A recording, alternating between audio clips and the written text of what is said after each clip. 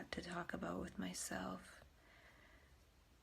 And I'm feeling some anxiety, and it's been a week since I took any psych meds. And so yay, 1 week celebration.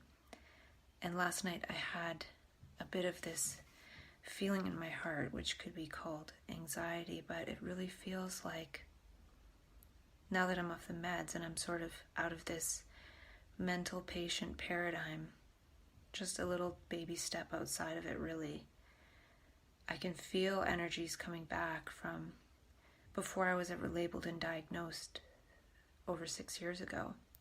So it's as if taking the meds and being defined as a mental patient shifted my focus to that, and being on the meds and being in that paradigm sort of made me forget about a lot of my problems. And so now that I've sort of gone through that main problem of getting outside the mental health paradigm, it feels like these energies are coming back and saying, oh yeah, remember all these problems that you had before you had this even bigger problem of having a label and being given meds, which the meds do translate a lot of the other old problems into just symptoms of mental illness.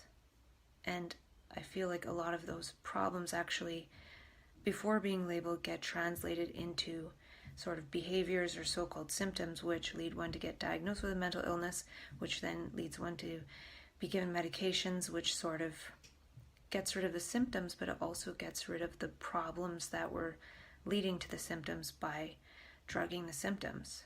So I'm seeing this mechanism, and I'm hoping that I can stay ahead of it, because I can feel that there's going to be things that I really have to deal with, and if I can't deal with them, I might end up having to take a pill. So I have my coherence breathing as something I could do if this feeling in my heart doesn't subside. And I was considering holotropic breath work. I could try to get Sean Blackwell to work with me at some point when I'm home, or this other woman I was in contact with. So those are ways that I might be able to breathe out some of this. And really my heart is just trying to speak to me in a different way. It's saying, well, since you had all this talk and conversation with yourself to talk yourself out of being medicated, and now you're off the medication, well, I have all this other stuff to tell you. And I sort of want to talk more about some of the stuff that I wrote down before, and sort of really stop talking about this mental health paradigm and give my heart a chance to speak about these other things, and try not to mix too much of that in before I'm finished speaking about this mental health stuff, if I can. We'll see what happens. And I feel like I'm really going to need to be my own therapist right now and maybe talk to myself more, which is kind of weird, but there's a lot of energy there. And before, when I came off my meds 2 years ago, and without the support of Hardy Nutritional's micronutrients, I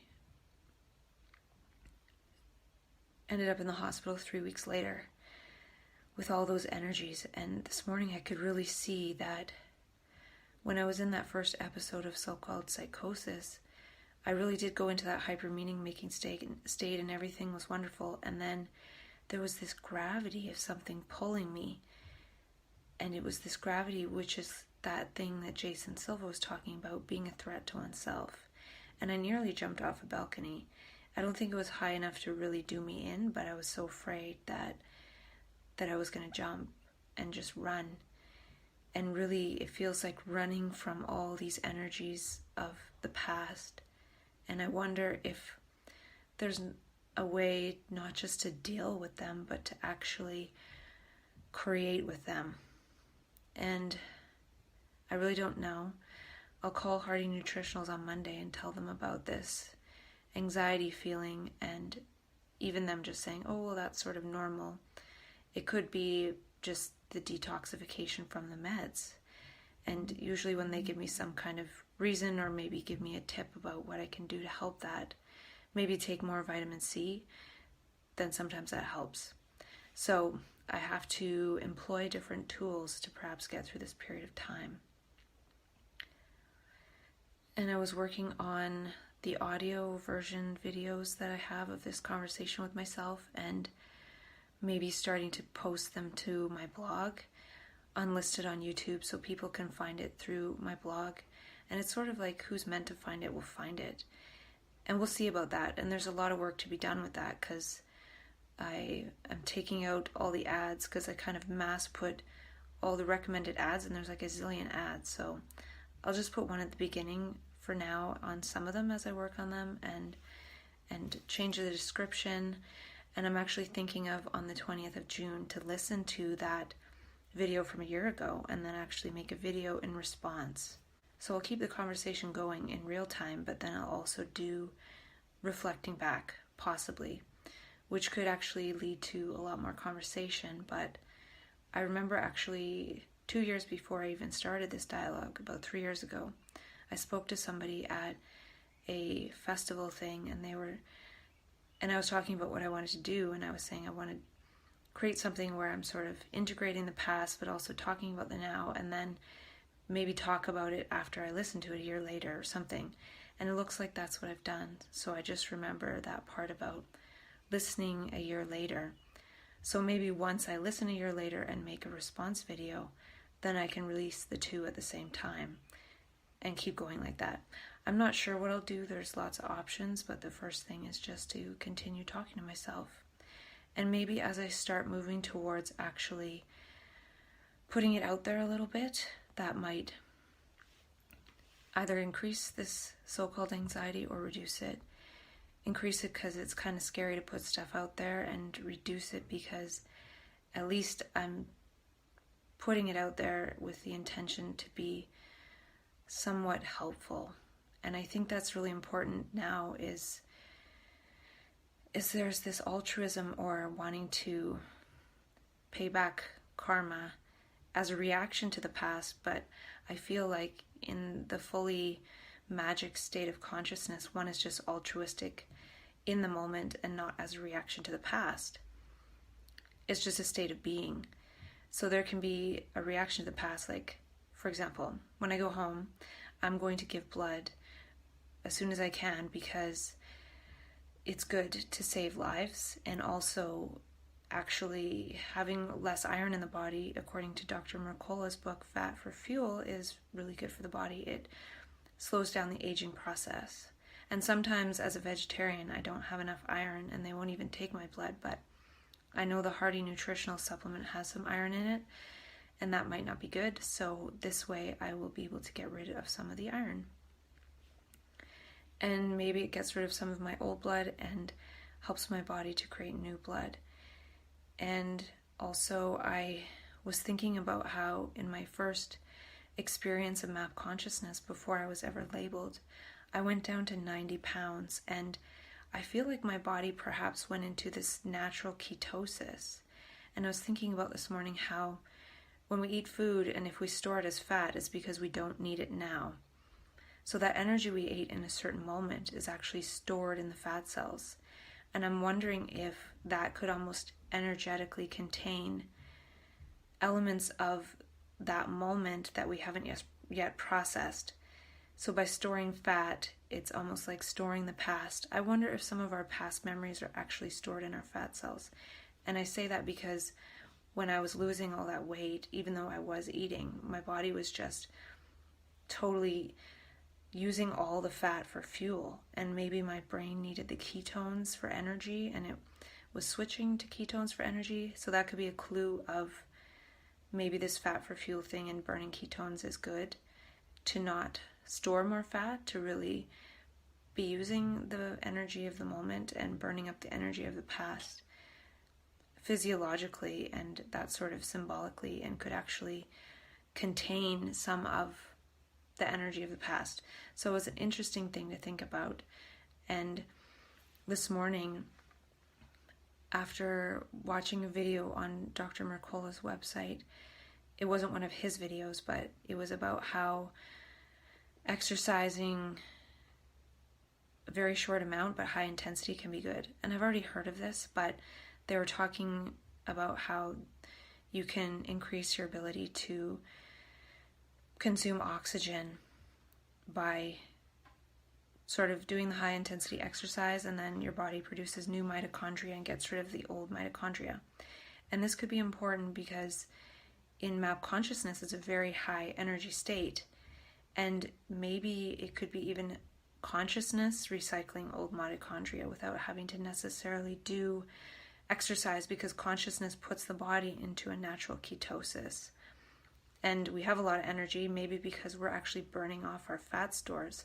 Many of us stop eating when we're in mania and we are up all the time and we have so much energy.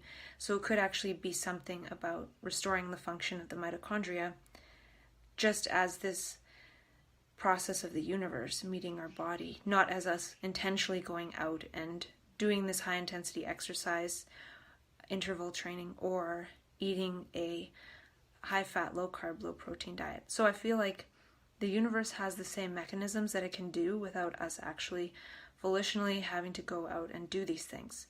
But that being said, this morning I did 4 25-second sprints, and I just walked for about 3.5 minutes in between. And that's what the lady in the video did. And she, in 4 months, which is a long time, but in 4 months she lost 1.5 kilograms of fat mass and 5 inches on her waist. And this isn't about that. I'm more curious about getting mitochondria functioning, because if map consciousness is this high energy state, I feel like the physiology has to be able to contain that energy. So it's one thing to create context through words and self-dialogue, to have the sort of language context, but it's another thing to mirror that in the physiology by getting rid of old fat, detoxing. I feel like I have to talk to myself, but I also have to detox from the meds, and I've just been off them a week, so it'll be a while, and then maybe even cleanse a little bit. And I'm saying this today, I might forget about it tomorrow. So I'm just thinking that if I do these sprints and improve my VO2 max, I won't test that, but the lady who did the sprints for 4 months, just in that sort of thing, 3 days a week, 4 sets of sprints, 30 seconds each. I only managed 25 today. And then a 4.5 minute break in between for 3 months. And after the 4 months, instead of just running 3 kilometers, she could run 9 kilometers comfortably. And she didn't actually practice running like that. So what I'm mainly interested in, increasing oxygen capacity in my body, because when that energy comes in, I think that's partly why we're so energetic, is this energy comes in and our mitochondria are going crazy and we're burning off all this fat and ketones, but we're not adapted to be able to do that all the time. It would be like being adapted to sprint all the time.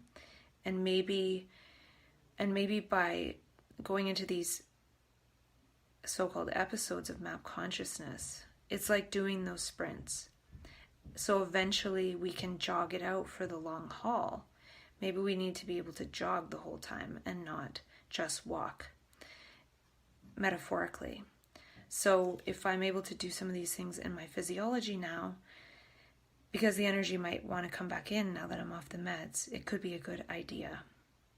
And I got an email from these people about performing in a festival for 10 minutes in August. And I sent in my stand-up comedy video as my audition because I wasn't there in person. I was here in California, still am. And they emailed and said I was accepted. And my routine is probably about 6 minutes, and they're giving me 10. So I'm wondering if I could do stand-up comedy and then maybe play one of the songs I made, like electronic music, just for fun. Or if I want to put together some clips from my self-dialogue and just play that. Or something, like something creative to maybe present something I've been doing, or something new, or I don't know. It could be something totally different than the stand-up comedy. And I could go to the rehearsal and do the stand-up comedy and then go to the actual event and do something different. Or I could just share something different. I just sent the video for stand-up comedy because that's something that could be done at this arts festival. It's for people with labels and kind of on the outside of society, so it could be a good opportunity for something. I don't know what, but I'm just putting it out there to myself. So I really feel like I have to be on board with this altruism thing, because now that I'm not taking the meds and I've sort of stepped outside identifying with being a mental patient, I feel like now I have to talk myself away from the morphic field of the vortex of the gravity of the past that being on meds and being in the mental health paradigm sort of distanced me from, because things are just interpreted as a mental illness and not as actually unfolding all the things that led up to that. So there was all those things that led up to it, and all of that got sort of condensed and what's that word? Edited, or there's a word, but I can't think of it, into, consolidated. So it got consolidated into a mental illness, as to not have to really deal with all these things leading up to it. So now that I've stepped outside the mental health paradigm, I've stepped back into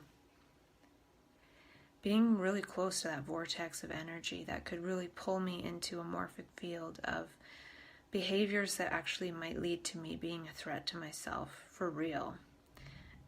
And that's happened even while on medication. But it sort of has this flavor of, it's the mental illness, so take the meds. But if I'm not on the meds and not wanting to translate it into mental illness, then I really have to look at those energies, and it could be really difficult. And I could really become a threat to myself. I kind of feel like by the time I finish getting this dialogue in order and all the content, I might just be able to click release and then I'll just end my life. And I sort of fear that, but hopefully I can really each day ask my heart, do you want to keep beating today? Do you think you are a worthwhile heart to be on this earth? And these are more direct human questions than a lot of the abstractions that I've created in the context of talking myself out of the mental health system. But there's still these energies of the lower states of consciousness that the medications seem to interpret those as, that was just mental illness, and now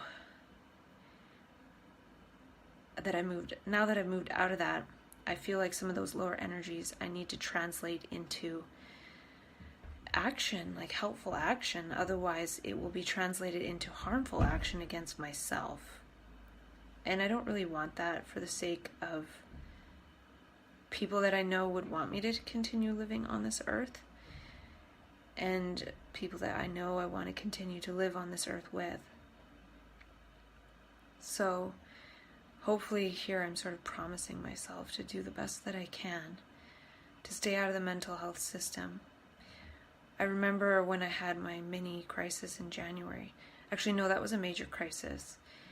And I was experiencing flashbacks of PTSD. And I felt like I was still there at that time, all those years ago. And it was really difficult. And I was around caring people. And then when I decided, and they helped me decide, that I would take a Seroquel, I literally felt that PTSD morph and even physically twist into, okay, now I'm just this mental patient.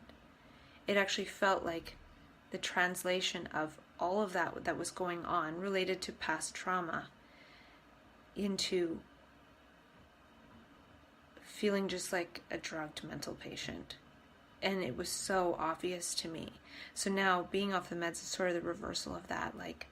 Okay, I'm not a person who's taking medications to manage past trauma. Forget about managing a mental illness. It's managing past trauma and all the memes of that. So can I translate those memes into something meaningful?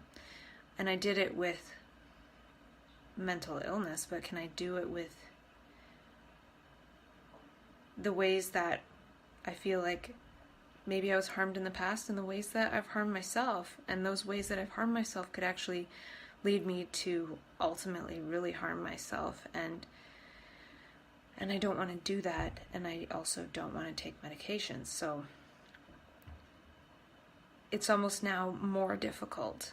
It's almost now more difficult than what I did talking myself out of the system, because all that, whatever happened in the past, led up to me being placed in the system for 6 years and sort of moving around in that for 6 years. But now it's like going back to all of the 29 years before the 6 years, plus those 6 years. So it's a lot, and I'm wondering how that'll unfold, and I have no idea. So I'm feeling that morphic field of trauma, and how can I translate that into something meaningful? And maybe not by talking about it that much, but maybe just moving into something else, and moving into whatever it is that I want to embody outside of being on medication. And maybe that information from the past is a gift. Maybe it will help me actually really remember what I wanted to embody before I was ever labeled. And I went into map consciousness, and there was all this meaning, and then it got translated into, you're a mental patient. And in that meaning phase before being diagnosed, I really felt like there was something I wanted to create. I had some experiences, like with that homeless man who told me to create the dream center to restore dignity to homeless people. And I have the sense that with some of the stuff that I've been through, if I really try to deal with it or create with it, I might create a life where it's totally new, and maybe people from my past I wouldn't have contact with anymore or something. And maybe if my family didn't help me or something, I would be homeless. So I really feel like if I was to step into that morphic field of trauma from the past, it could actually erase my past, in that maybe worst case scenario, I'd end up homeless on the street and nobody gives a crap about me. And that's a possibility. And maybe I really have to look at that, and what possibility do I want to move into and create? And there's a lot of them. And I feel like in map consciousness, sometimes it's a superposition state of seeing all the possible pasts and all the possible futures, or at least several of them. And there's possible pasts where I feel like I was a homeless man, or possible futures where I am a homeless man. I don't know why I'm a man and not a woman. I don't know if that means that's a future life or whatever, but there's something there. So maybe this too is getting back into connection with how I felt like I really wanted to help homeless people somehow. And then I was transformed into a mental patient, and then through that I was in peer support and stuff and trying to help my peers, but it feels like far removed from the central issues.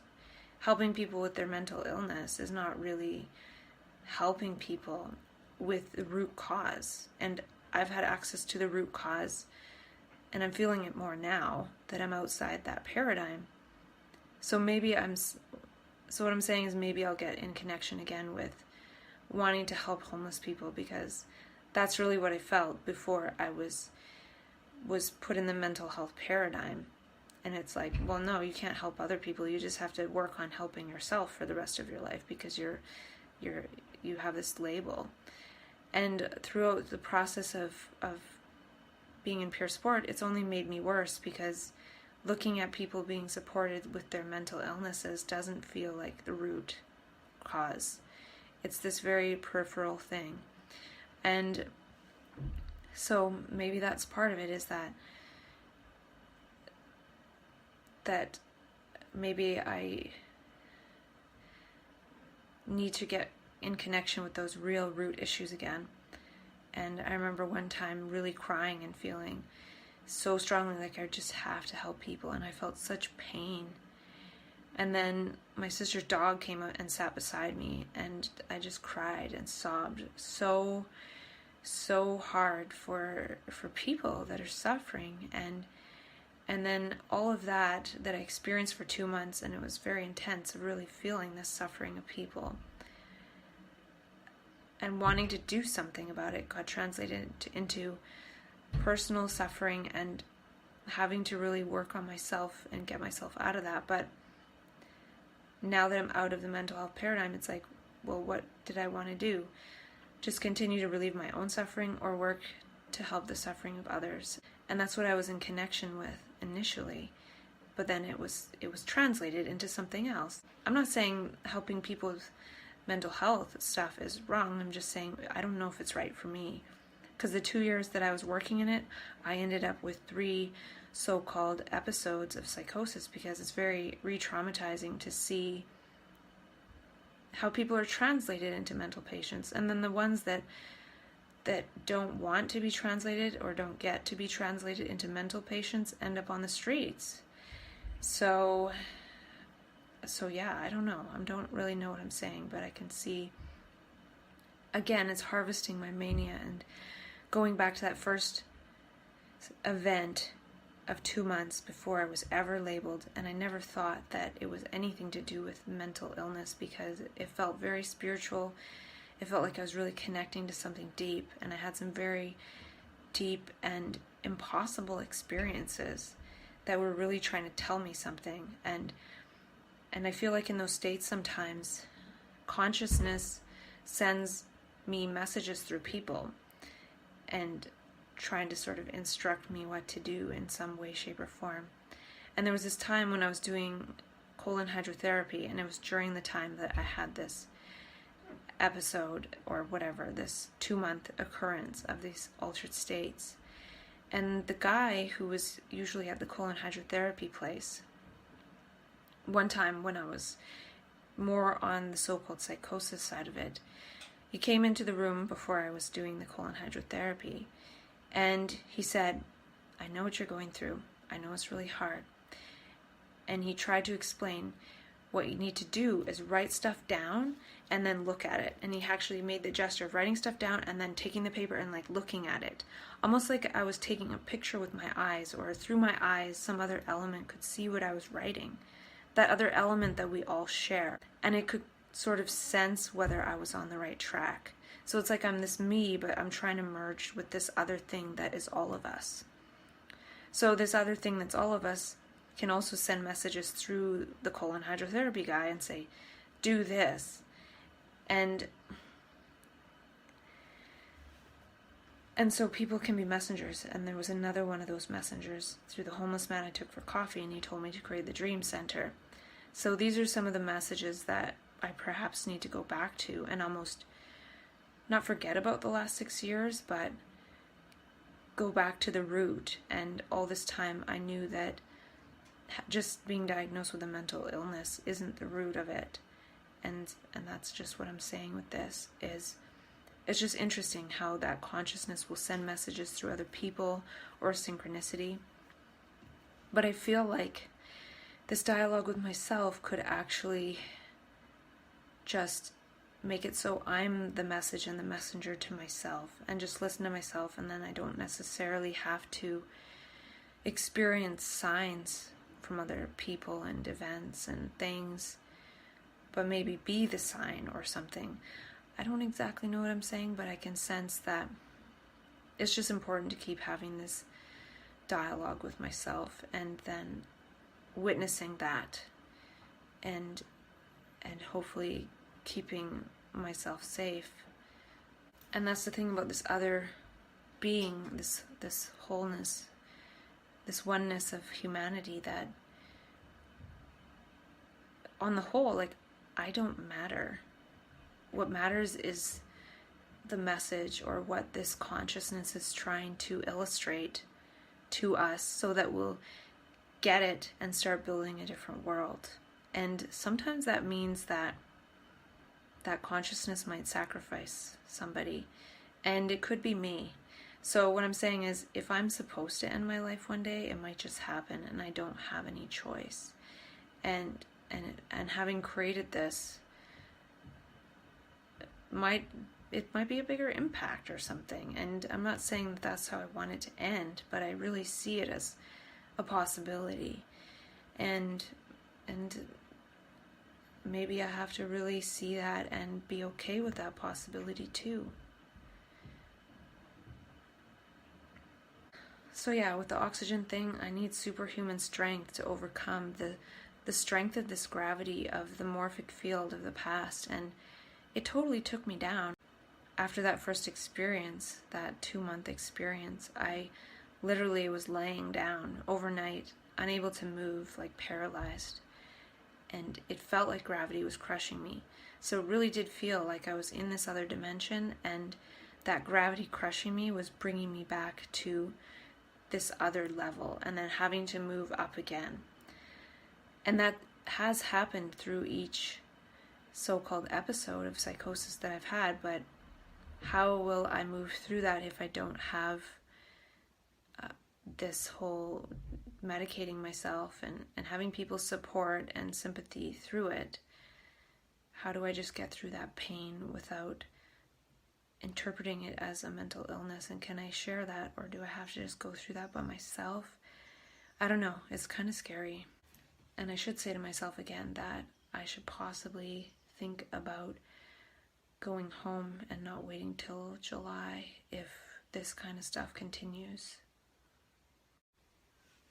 I was kind of hoping by June 20th I could finish talking about mental health and move into positivity and gratitude and altruism and things, but I might need to focus for a while on just being my own therapist and really talking myself through some of these energies. And I wonder if getting in alignment with repaying past karma is sort of the opposite to psychosis. Because psychosis seems to be a reaction or an accumulation of past karma in this life and maybe in previous lives, and maybe related to lives of other people, and trying to resolve karma external to ourselves. Because fundamentally we're all one, so it makes sense that other people's karma could get into our field, and maybe it's because we have the capacity to resolve that, so it could actually be a compliment in a way. This is just me trying to put positive framing on it, but I feel like in being my own therapist through this, I also need to focus on karma and altruism and things, and hopefully one day merge with that naturally altruistic state without reacting to the past.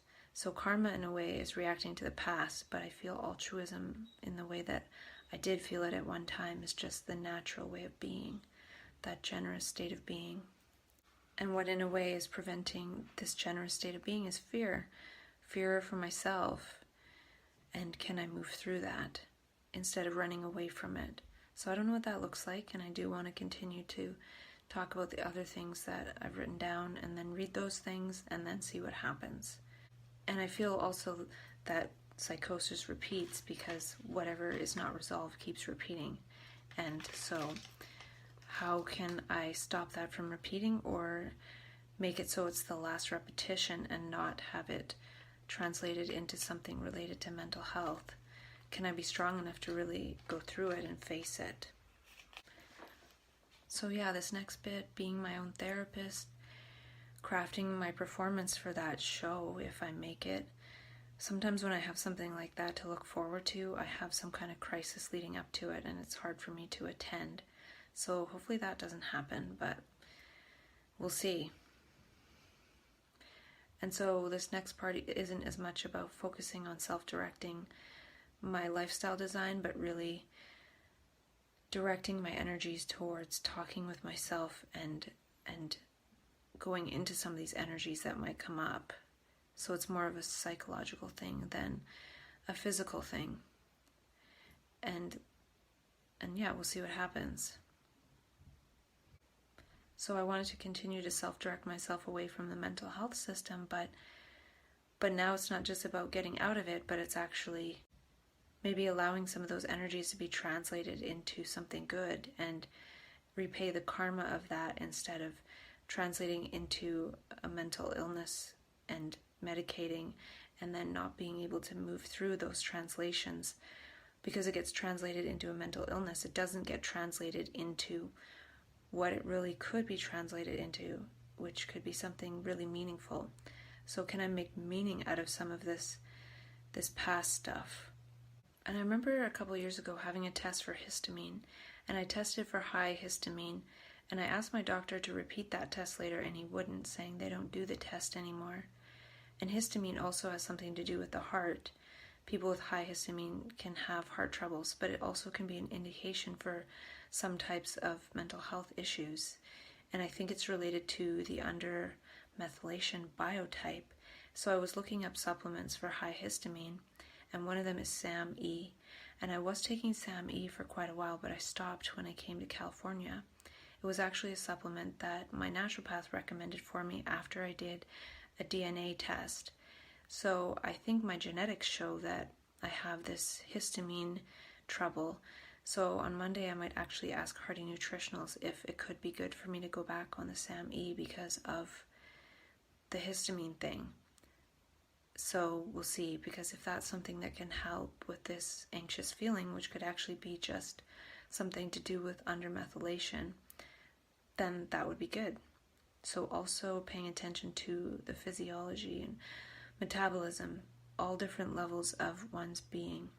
And I wonder if I can create some kind of self-direction center when I get back, even if it's starting off small, because I have a lot of good books and good website links and good printed things that I've printed over the years, and maybe it could be helpful to create mutual support around working through past trauma and maybe translating that into altruism.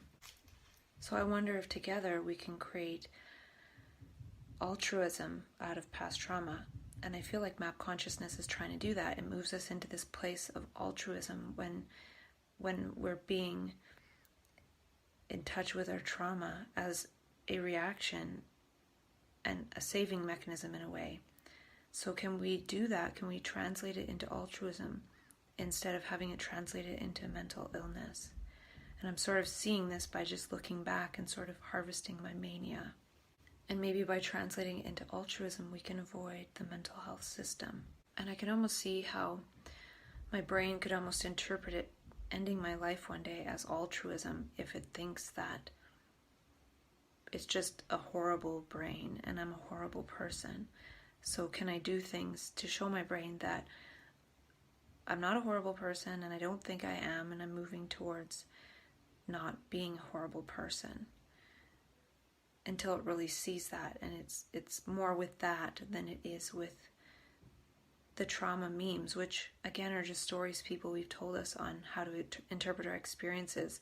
It doesn't even have to be interpreted that way per se.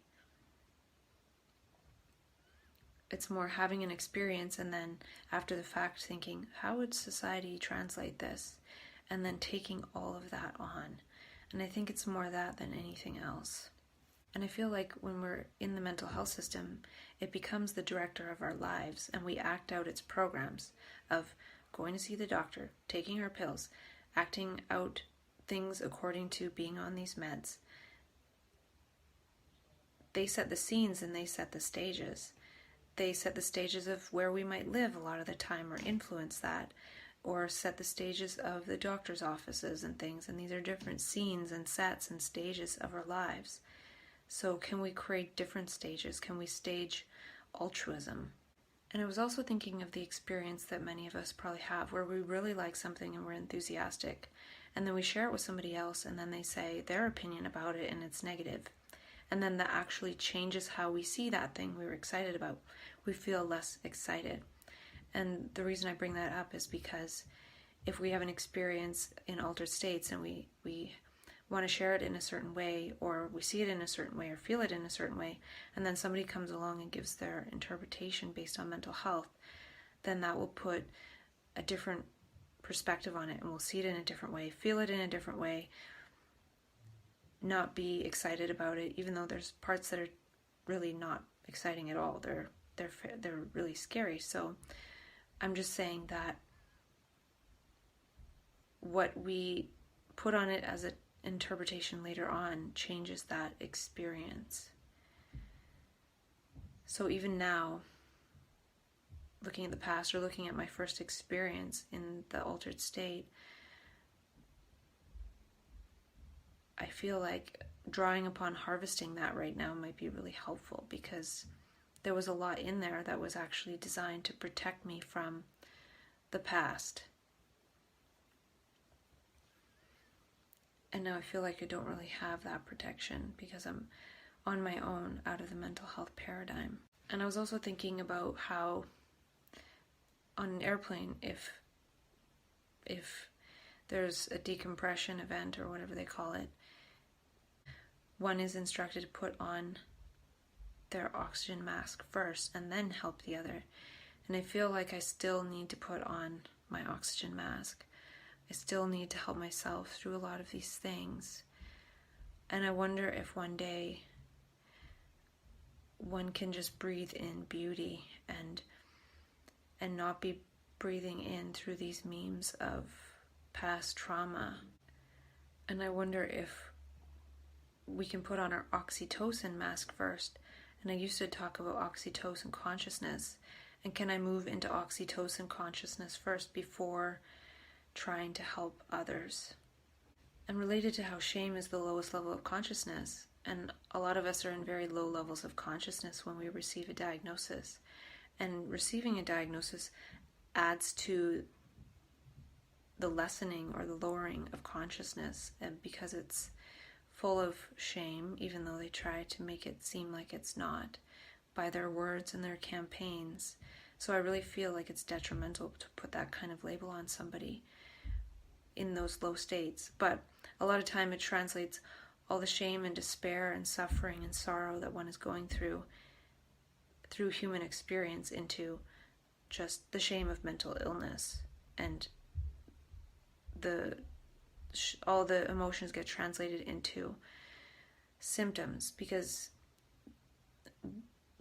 whatever was happening before gets translated into behaviors that other people perceive as something's wrong, and then instead of addressing what's wrong, it's seen as a mental illness and then translated into that.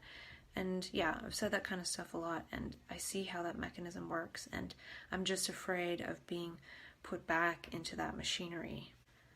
But then I also see how it kind of saved me for a while and gave me a reprieve of sorts.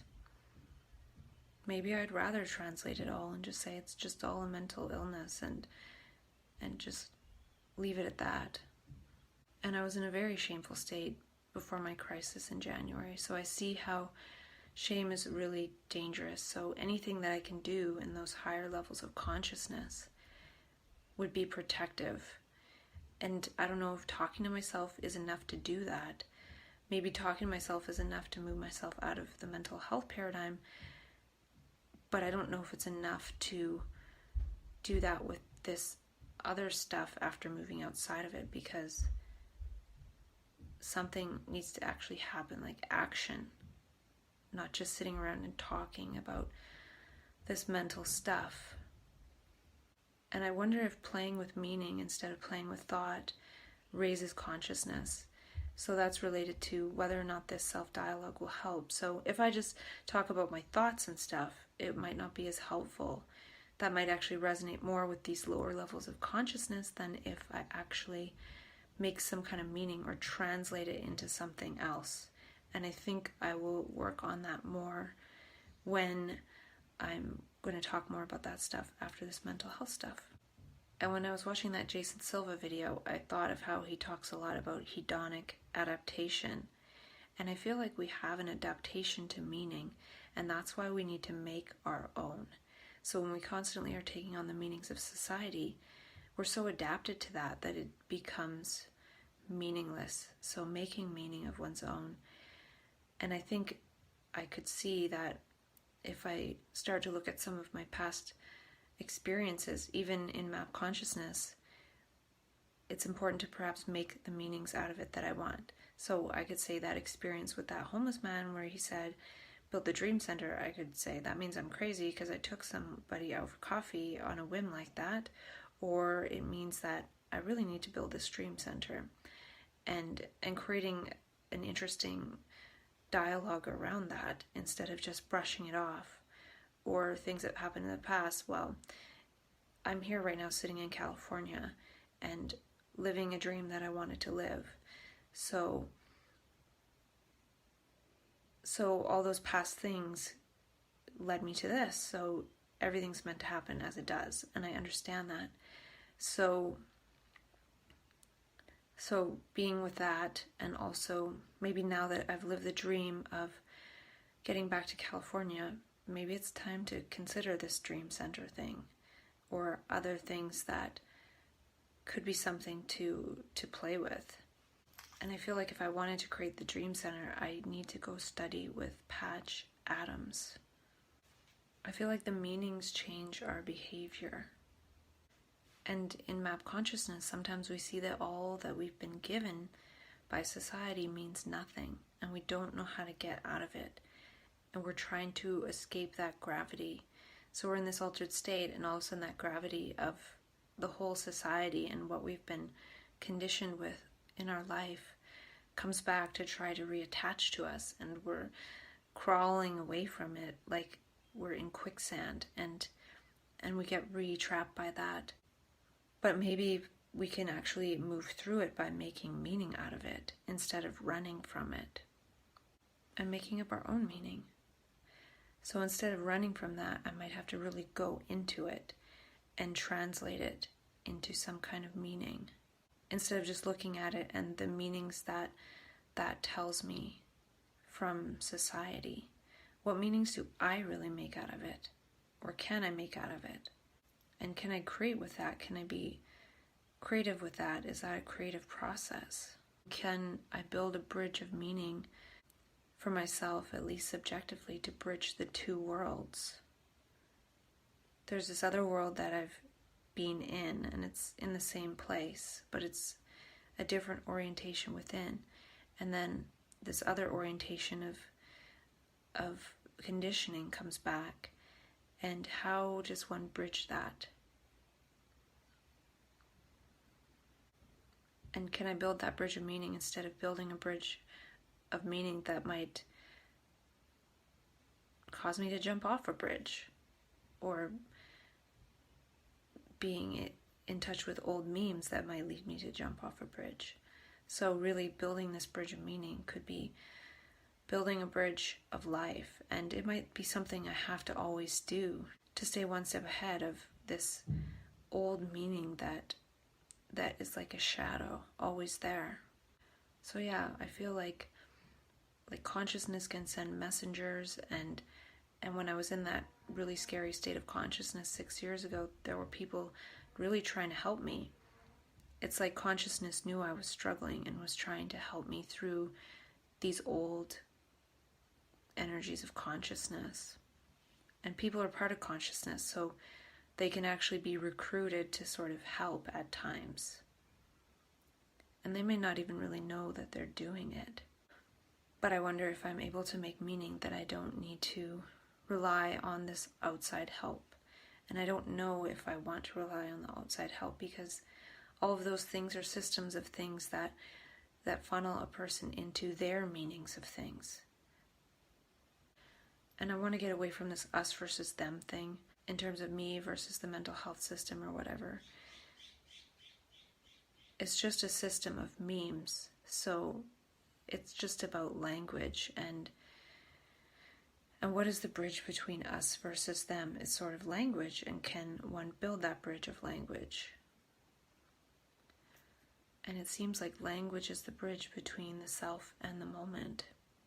And it's not about me and my past and what I've been through, but it's what possibility do I want to live out? And what is actually made possible by my past? And what do I want to embody instead of do? And this invites other elements besides just the doer. And right now with that heart energy I feel like I'm embodying something that wants to be given voice to, that might be able to be moved through to embody something else. And can I have an orientation of values instead of trying to do something valuable? Because doing something valuable is still a projection. And can I let this energy direct me? So there's self-direction, but then there's the direction of this energy, which could change direction each moment. So when we try to set a direction, it prevents this living, fluid energy from directing our perception moment to moment. And when we set up too much direction, we're directing our perception instead of letting the moment direct our perception. And so if I let the energy direct me, something is created through me. And I wanted to create a new word called some energy, because a thing, or when we always say something, we're always thinking in terms of things. But if we say some energy instead of something, then it could be something else. And some energy could also be the sum of the energy moment to moment, and building capacity for that instead of dividing up the moment. It's sort of summing the energies of the moment and summoning the energies of the moment and moving as that. So it's not how do I create, but it's something is created through me, or some energy is created through me, or some flow is created through me. And not just created through me, but one is then that flow and that energy, and not this me separate from the creation. So maybe we become instruments of some creation, the creation we were meant to unfold when we were born. And introducing new words could be how we see a new world. It could be the bridge to the new world, seeing things in terms of energies. So maybe by being in contact with the energies within, that will create something or some energy. And it's a process of energy transformation. And we're not this thing transforming, we're the process of transformation itself. We are catalysts for something. We can catalyze a new world. And it's energy transformation. So instead of creating things, can we transform energy? Can we transform things into energy with the way we speak? Because the things are energy, but can we see them more as energy when we're saying it's energy, as opposed to calling everything things? And I feel like mania is seeing what reality is bringing to us and through us. And I wonder if we can create an omnipolar sangha. I don't know what sangha is exactly, but it's sort of like a community. It just sounded cool. And I wonder if one day I'll just be able to laugh at all this. I was able to laugh my way through most of the time after being diagnosed with a mental illness. And can I connect with that again to laugh my way through some of this other stuff? And a cool thing on the internet is if you look up Dion Bimal 90-day challenge, and it's a good thing. You get a video a day and there are things to contemplate, and it's free. And I found that really helpful at one point. And that's just to mention some things that come to me that I've utilized in the past that were helpful, that maybe I'll have to get myself reacquainted with again to get through this next bit. And I was thinking about focus and how it's part of seeing, but focus isn't seeing. But what we focus on makes that part of seeing more salient. But can we focus but not focus? Can we put our focus more to the peripheral and include the whole field and allow that orientation and perception to bring some of the beauty that's around us to us, instead of just bringing what is made salient by our words? And I remember reading in one of Dr. David Hawkins' books that when one gets to the higher levels of consciousness, the vision actually goes more to the peripheral. And I just thought it was really interesting that he wrote that. And I think there could actually be more altruism in the non-focusing, and that we're not focusing on our goals and desires, but what is coming to us and how we can see that and act. Because desire is delay. It's I want something other than now, and having that goal, and then not seeing what is present now that one can actually act on. So becoming an instrument of action in the moment and seeing what one can do instead of seeing only what one desires. And it's not even just seeing what one can do, it's watching oneself do what one can do. Because when one really sees, one gets in connection with that. And I was thinking in terms of this festival that I'll maybe be performing in, that this dialogue with myself is really an art. This isn't anything else but just an art, and sort of the art of self-dialogue, or being in communion with oneself. I was thinking about the evolution of attention, and that related to human beings, and how we are the species on Earth with perhaps the most developed attention. So what I mean by that is a deer eating grass isn't paying attention to eating grass, it's just eating the grass. Whereas we as human beings can actually have this other element of paying attention to what we're doing. And in this attention, in that space, we make decisions and choices and things like that. Or we just watch ourselves do that. Like maybe eating a bad item of food that's not good for us, and paying attention, or having something else come into attention about how we're interpreting that, in that we shouldn't be eating it or whatever. And I was thinking about how as infants we start off needing attention. We have to have attention. Not just somebody to feed us, but we need the attention of love. And then when we become toddlers and children, we want attention, so we do things to get the attention of other people. So wanting attention and trying to get it. And then maybe when we start studying and learning, we're actually paying attention to things.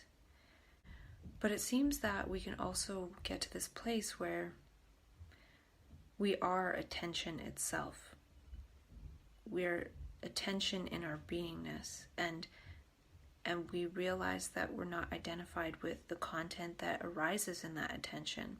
So there's this other element that can attend to attention, and that seems to be kind of how we develop, but it also could be part of the evolution of consciousness. So can I be aware that I'm attending to something and not just immersed and lost in the content of what it seems like I'm attending to? And if I'm lost in the content of what I'm attending to, I'm not really attending to it. Or I'm attending to it, but I'm not attending to attention. I'm not attending to my attention. And it's our most precious resource. Really, all marketing is trying to get our attention and put their content in our field of attention and awareness. And if we don't give attention to certain things, then we need somebody else to give attention to it. So if I'm not paying attention to how my knee hurts and maybe do something to strengthen it, then eventually I'll need a doctor to pay attention to it, and maybe medications and surgery. So it's important to be aware of the content of attention, but it's also important to realize that we have this space of attention, and can we attend to that? And can we tend to that space and tend it like we might tend a garden that we really care about? So can we pay attention to attending and not to what the attention is holding, the content? And I was thinking that the word materialist rhymes with etherealist, and I just thought that was interesting in terms of going from being a materialist to an etherealist. And self-languaging is important. The language we use partially creates direction by unfolding meaning and possibilities. So language is actually part of direction itself. So we think of goals, and goals are direction. And any language is a direction. It occupies space and time. It's a movement projected out into inner space and time, and it creates this direction inwardly.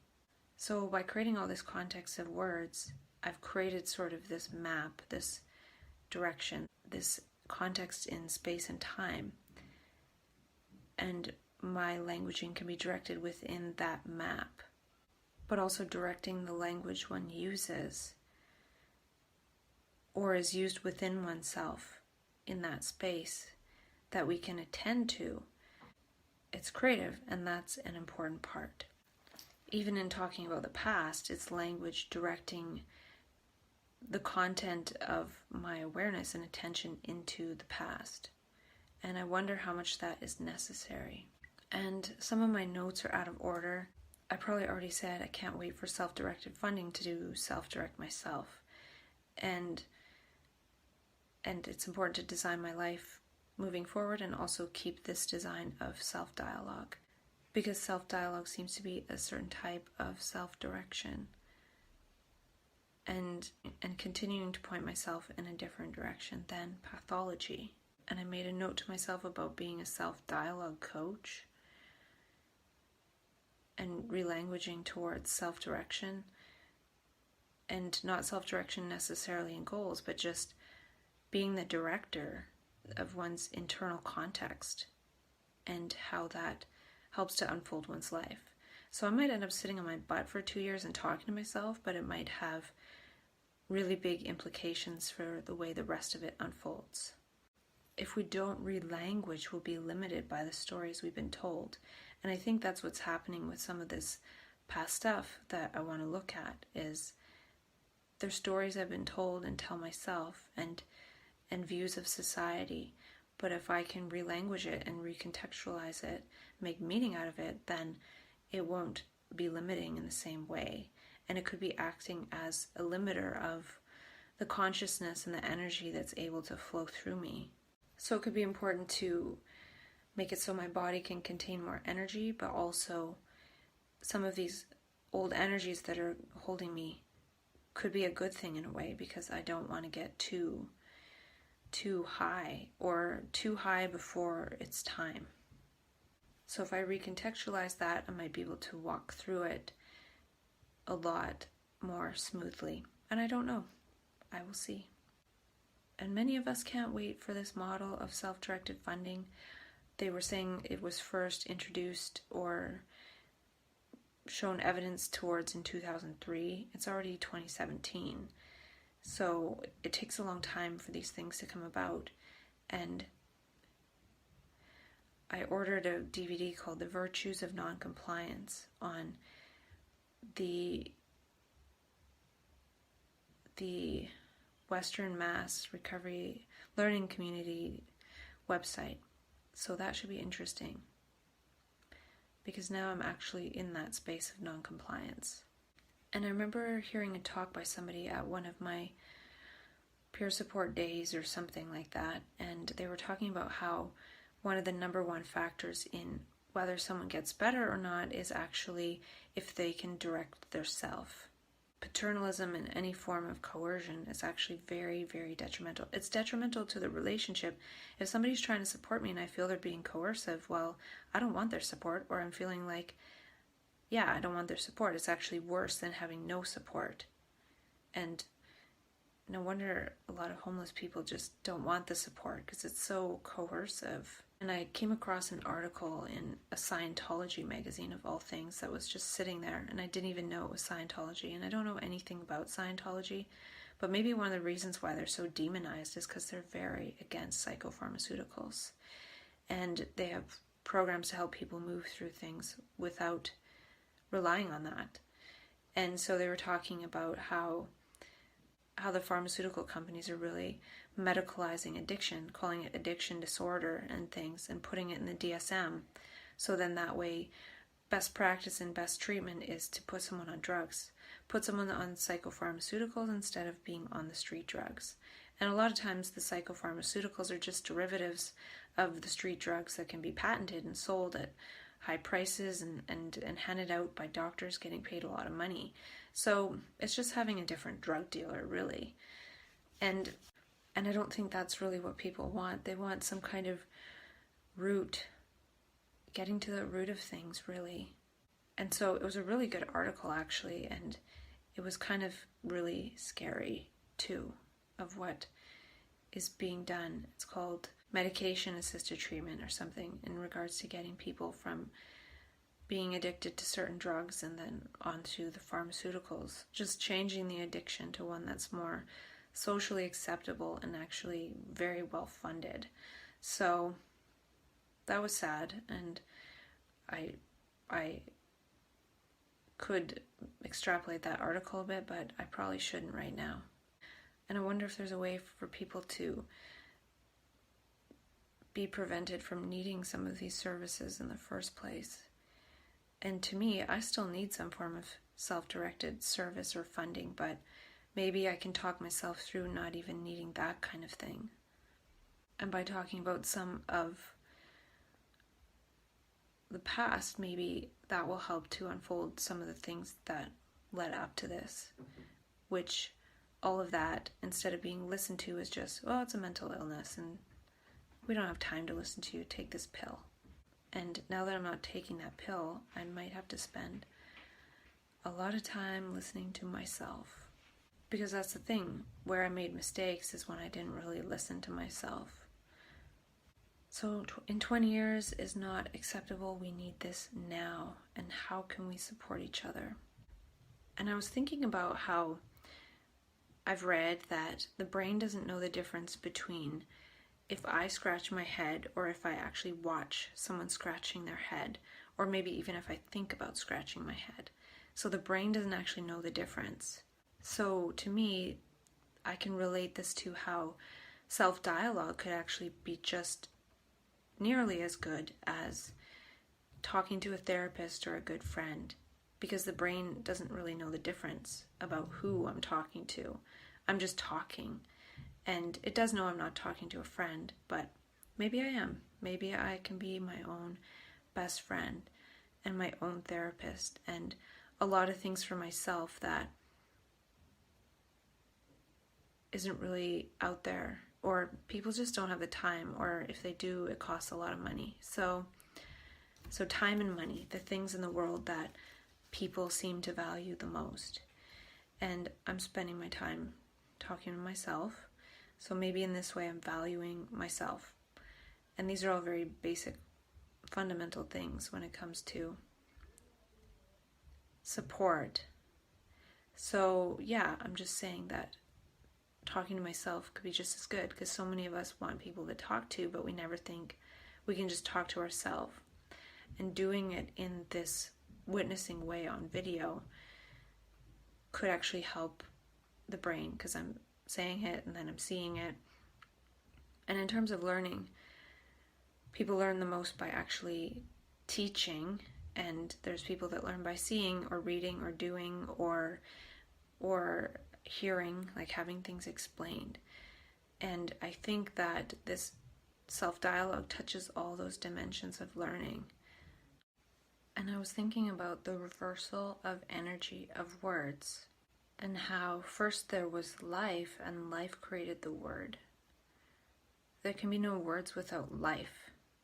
So it seems kind of backwards to say that words created the world. But words definitely didn't create life. Life created the word. I remember once being in an altered state of consciousness with a friend, and it was during that first experience, and I was really, really, really high. And I was looking at this book that we were kind of reading together, and all of a sudden the words were backwards. And I was thinking, oh my God, everything's backwards. And then I had one of those panic attack feelings like I was dying. I had many of those deaths during that experience, and that was a really weird one. It definitely felt really powerful. It was almost like when I realized everything was backwards, my friend and I disconnected, and I felt so disconnected. And yeah, it was strange. It's hard to explain.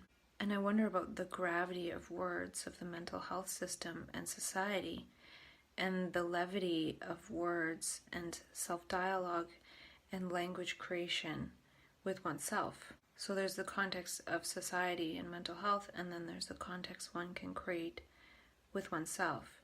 And going into map consciousness, I definitely experienced a different reality that created different context.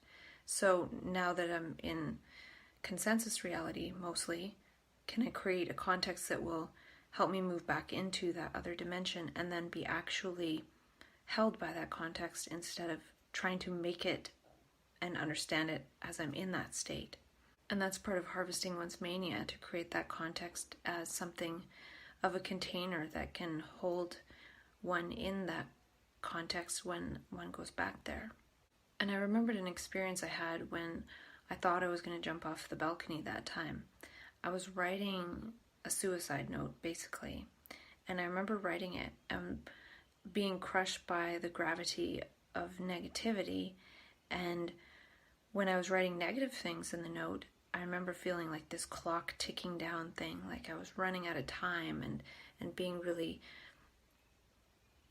captured by this negative energy. And then if I was able to switch that and write positive, loving things, I felt like something was expanding and I had more time. And it felt like an elevation as opposed to being crushed. So in that same way, it feels like if I'm able to expand this positivity, it really buys me more time. Because if I was captured by that negativity right now, I wouldn't have very much time at all until I was dead. And that's why I have the zap strap, because the time to actually reach for a zap strap, if it's within arm's reach, is quicker than the time to find something to harm oneself and go through with that. So really this negativity of words and this old past stuff is time. It's like time ticking down a lot faster until the end. So I can see how creating a positive context out of the supposed negative might actually transform that into something that really speeds up time until the end and really creates more time, I think.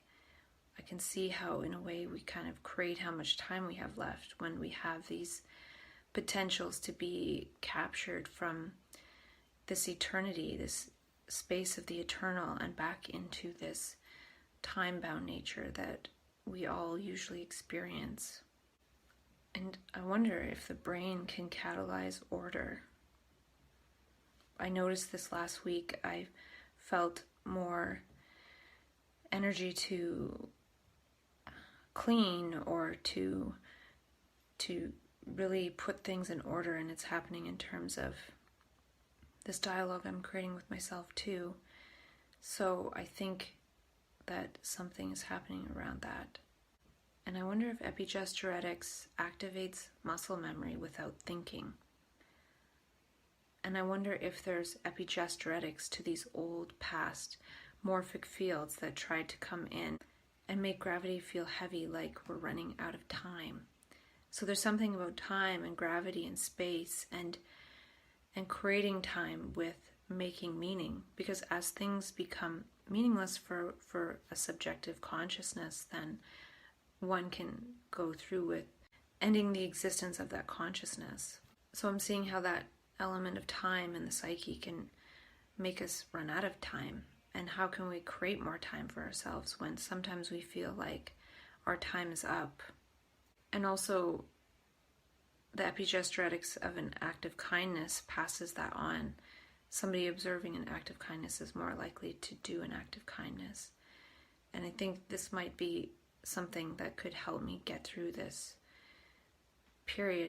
Can I be that epigesteretically instead of acting out past programs that I don't want to reconnect with? And will those gestures and actions actually create the space and move me away from those possibilities? So it seems like I'm just in closer contact with past possibilities. And I wonder if the muscles act without conscious thinking, without the ego, when the brain observes these epigesteretic things. So can the brain control the muscles without the intervention of thought?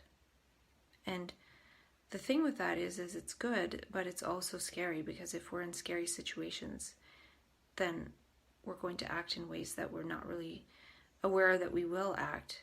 Like if we're being apprehended under the Mental Health Act, we might go kicking and screaming because of the implications of all that. It's not really a caring way to be approached, yet it's called mental health care. And I was thinking about how the easiest way to break something is a very jarring motion. So if I just put my phone on the ground and step on it, it's not going to break it as much as if I put it on the edge of a table and just go like that. And I wonder if map consciousness is trying to break the muscle memory by providing a very jarring mode of consciousness and operation.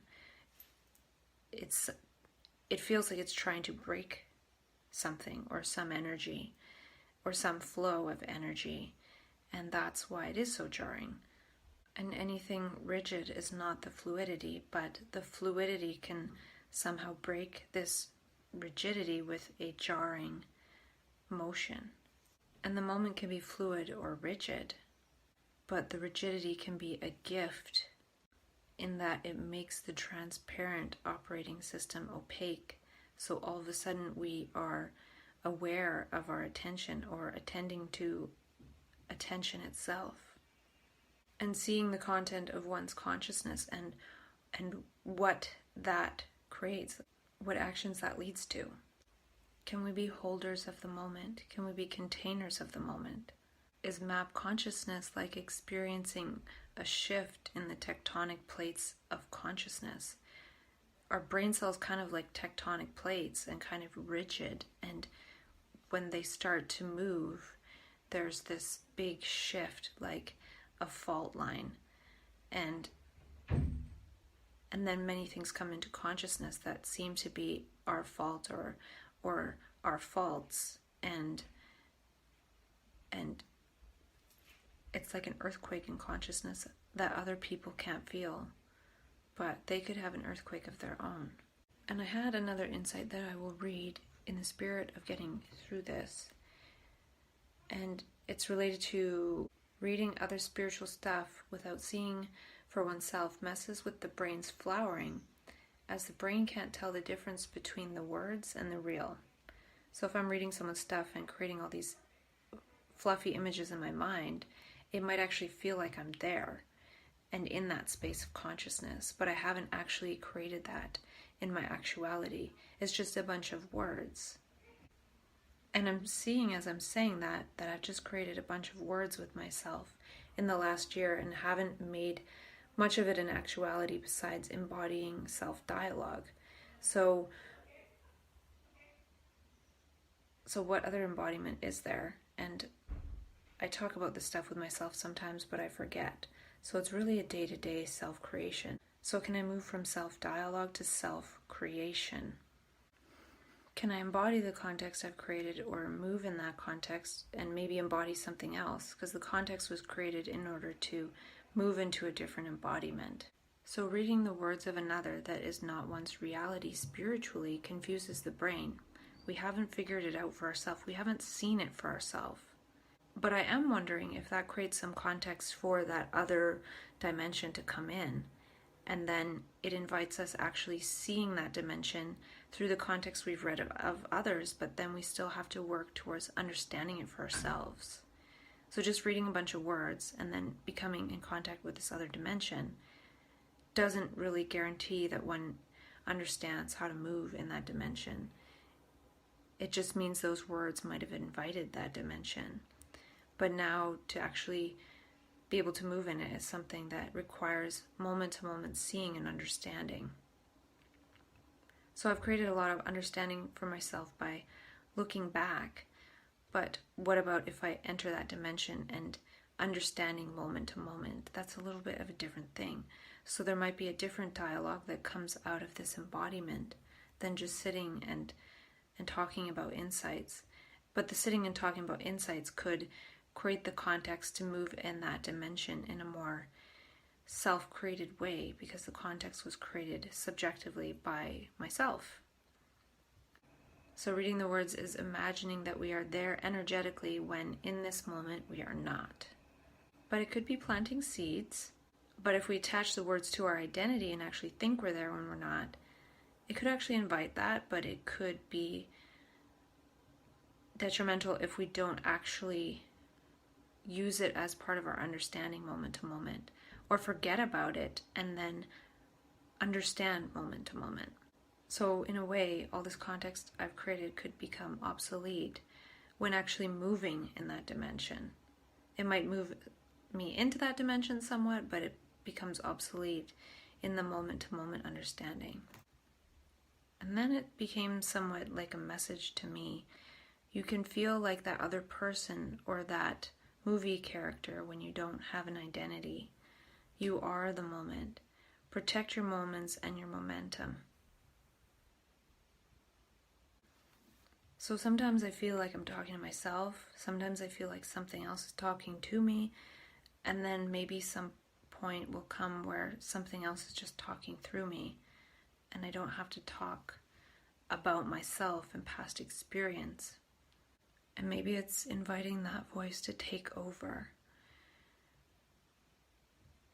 And if I can get through talking about that mental health stuff, maybe I can just invite it.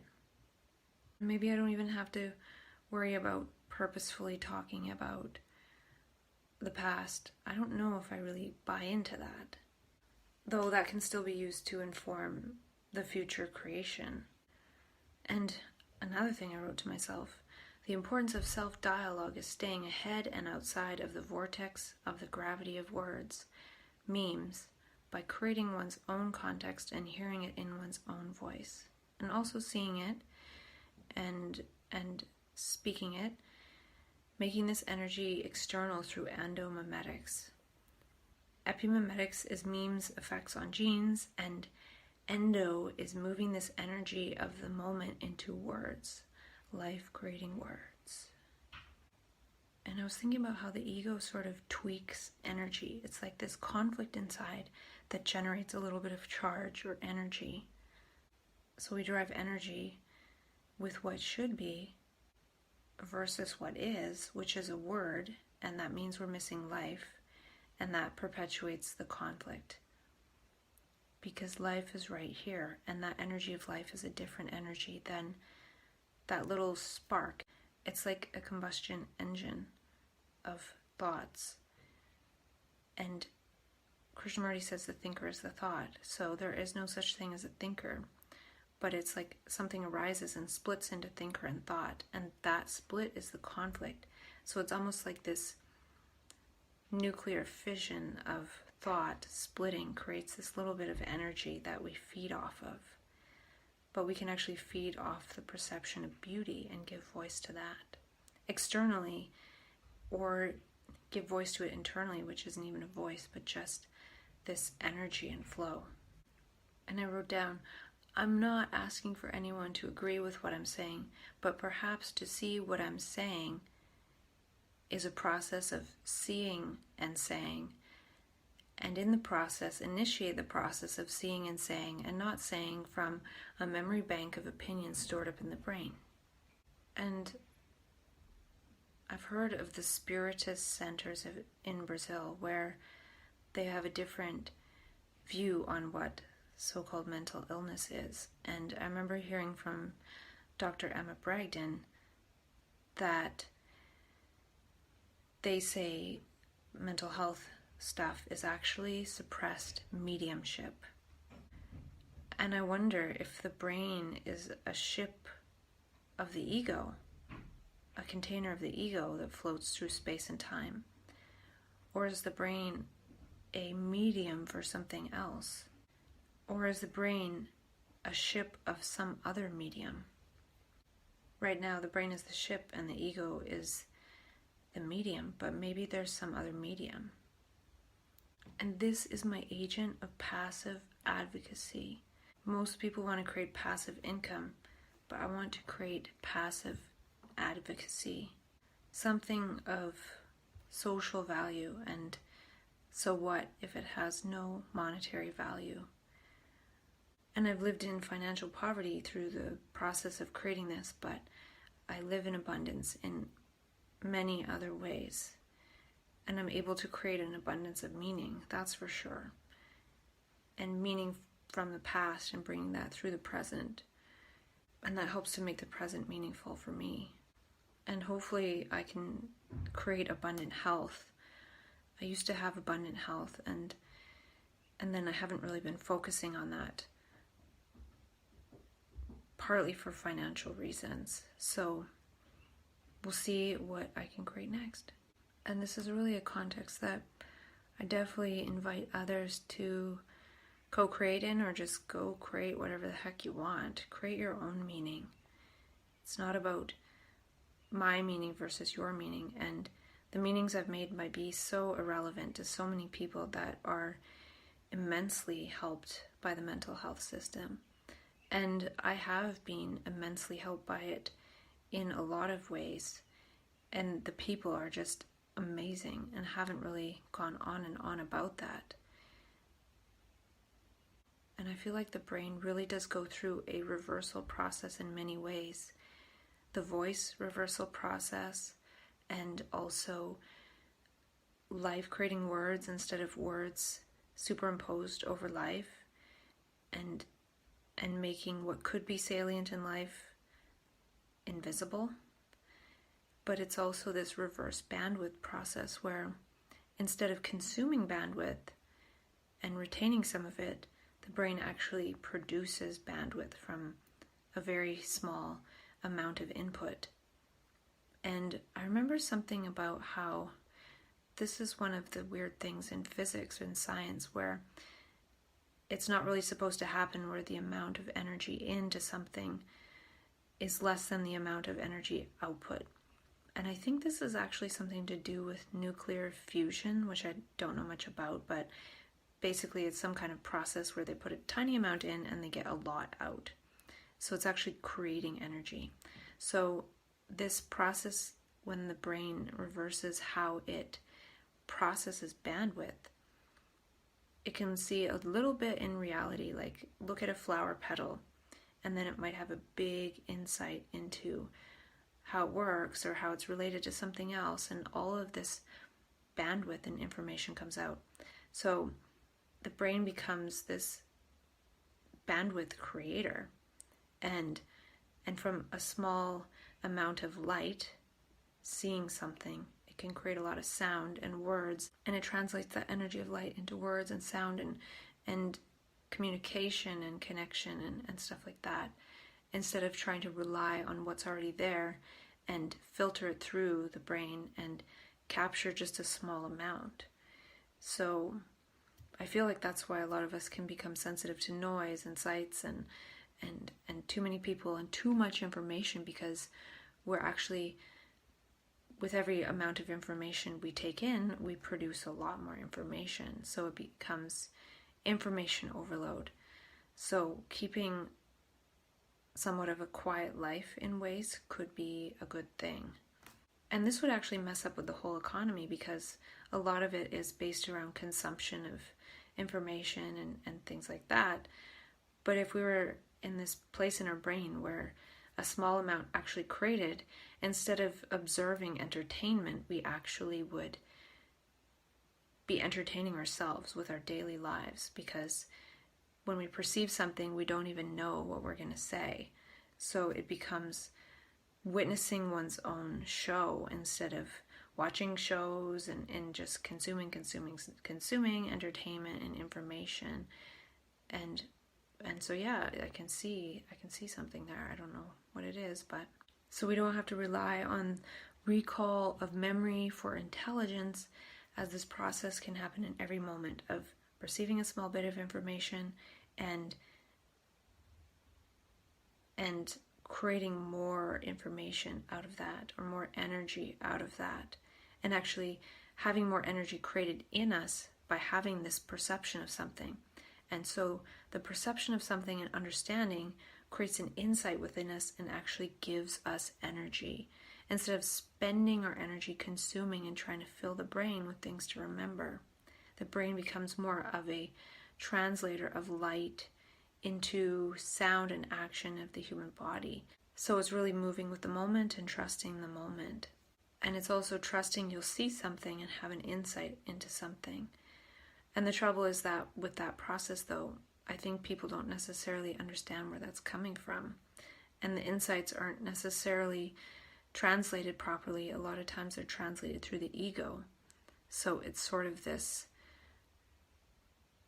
process that can actually produce more ego stuff coming through. Or that could be a process of actually purging some of the ego stuff.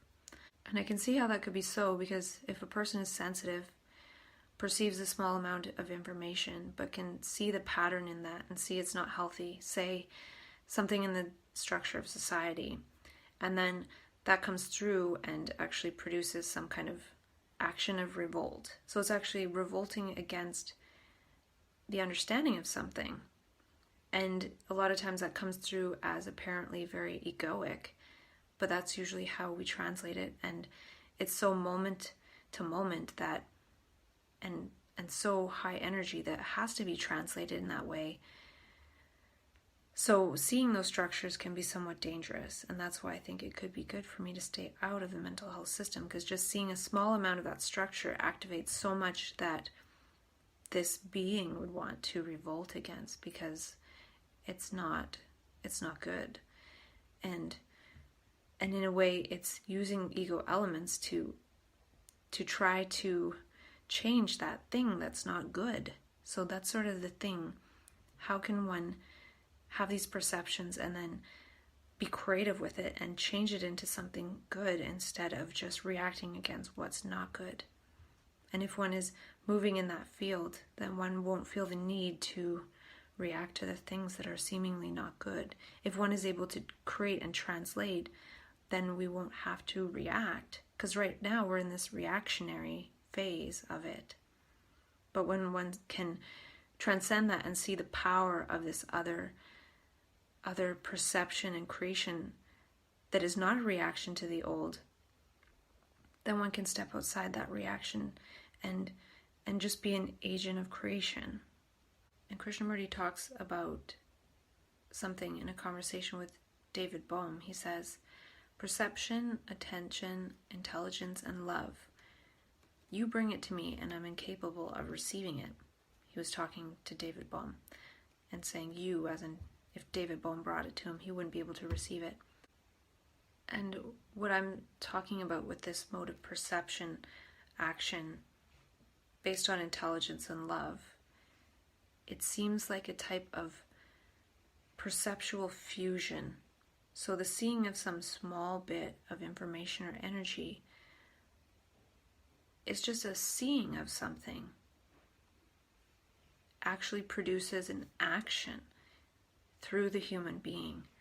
And that action actually requires more energy than it actually took to see that small bit. So when we're so clear and we can see these subtle things, it produces a lot of energy and action in us that is way greater than the cause, in a way, which is the seeing. So this clear seeing produces a lot of energy in terms of action, whereas seeing through thoughts, which is not seeing at all, it's not pure perception, creates a lot of distraction, not real action. And moving in that field of distraction produces the mediocre lives that most of us have. But when we're really in that clear field of action, a lot of energy and action is created, and that's sort of what happens in map consciousness. We see these bits of information and they produce large amounts of energy in us, and we're moved to take action right now. And that accumulation of perception and action now, and perception and action now, moves us quickly towards a completely different world and life and dimension. And the trouble is that it moves us away from people who are not operating based on that consciousness, so we hit the ceiling of that and then tumble back down for the sake of others. So it's really a momentum of the moment of perception and action, which is a type of fusion. It's a type of energy creation. And it also moves us in different ways and new ways. So it takes energy to get the body to move in new ways instead of the habitual ways that we've been habituated to, because habits are actually moving without noticing what's actually going on around us. We're enveloped by thoughts and thinking about stuff, and our body is moving on automatic pilot. And map consciousness in mania is the exact opposite. It's noticing everything around us and moving based on that which we see and perceive in the moment. And it creates a completely different way of living. And I think that way of living has an intelligence about it. It just bumps up against the structures of the collective habits. It's just a habit to call somebody mentally ill and put them in this other pattern of habit and moving around on medication and keeping that person in the energy level of what everyone else is doing. So there must be a way to move out of that in a creative way, instead of being pulled down into the gravity of that. Seeing those patterns and trying to run away, what about seeing those patterns and translating them, or making meaning out of them? And if we can make meaning, maybe we don't have to act right now, because we can't do it all in one moment. So people of regular consciousness are consumers of information, whereas trans-conscious people are creators.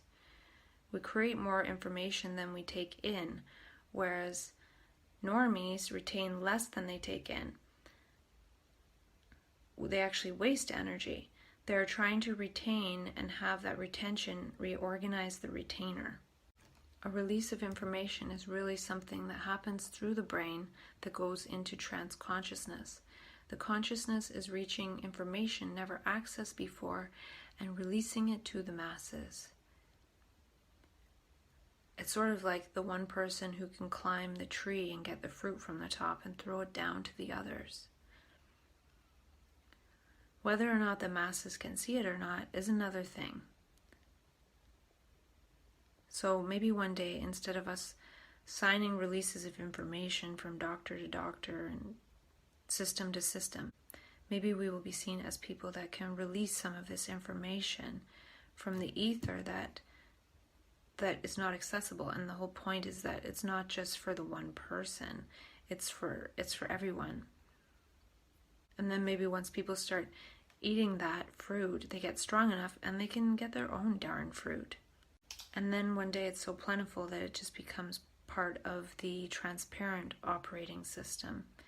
And we don't have to really think about it or talk about it or abstract about it or anything like that, but just live as it and live in it and be it. Can we release this information about Gaia and our relationship to Gaia? And I feel like we need an altruism supernova. This is a Gaia vlog supernova, but really we need an altruism supernova of epimimetics and epimuscular mirroring. And epigestretics, of course. Don't want to leave that one out. And can we witness the meanings instead of being and enacting the programs? So we might have some content come up in our consciousness, and can we witness the meanings of that but not actually enact the meanings? And can we change the meanings? And that's what I'm doing with this conversation with myself, changing the meanings of mental illness, at least for myself, so then I will move and act in different ways and continue to move away from that and not go back and ask that paradigm for help. And this goes with what I said one time, that I feel like we that can harvest some of this information that other people can't see are actually trying to help other people. And life can create words, but words cannot create life. And we must shed old meanings to be just in touch with the meanings of the moment and have those meanings of the moment arise and not old meanings of the past. And those old meanings of the past arise because we haven't translated them. We haven't translated them energetically. They were stored in us energetically because we weren't able to allow it to pass through us. And the things that we see and understand create energy within us, and that's shared instead of coming into us and being stored. And life can create words, but words cannot create life. And I've talked so much to myself, I actually feel like I could lose my voice, but I might just keep going. I probably have another video or two of this self-dialogue, and then I can go on to reading those couple of things, and then I might feel kind of caught up in terms of this leg of the conversation, which I was hoping to finish before the 20th. And if I do, I'll have some days to really see what I want to do, if I want to start releasing some of the conversation as I get closer to the 20th. We'll see.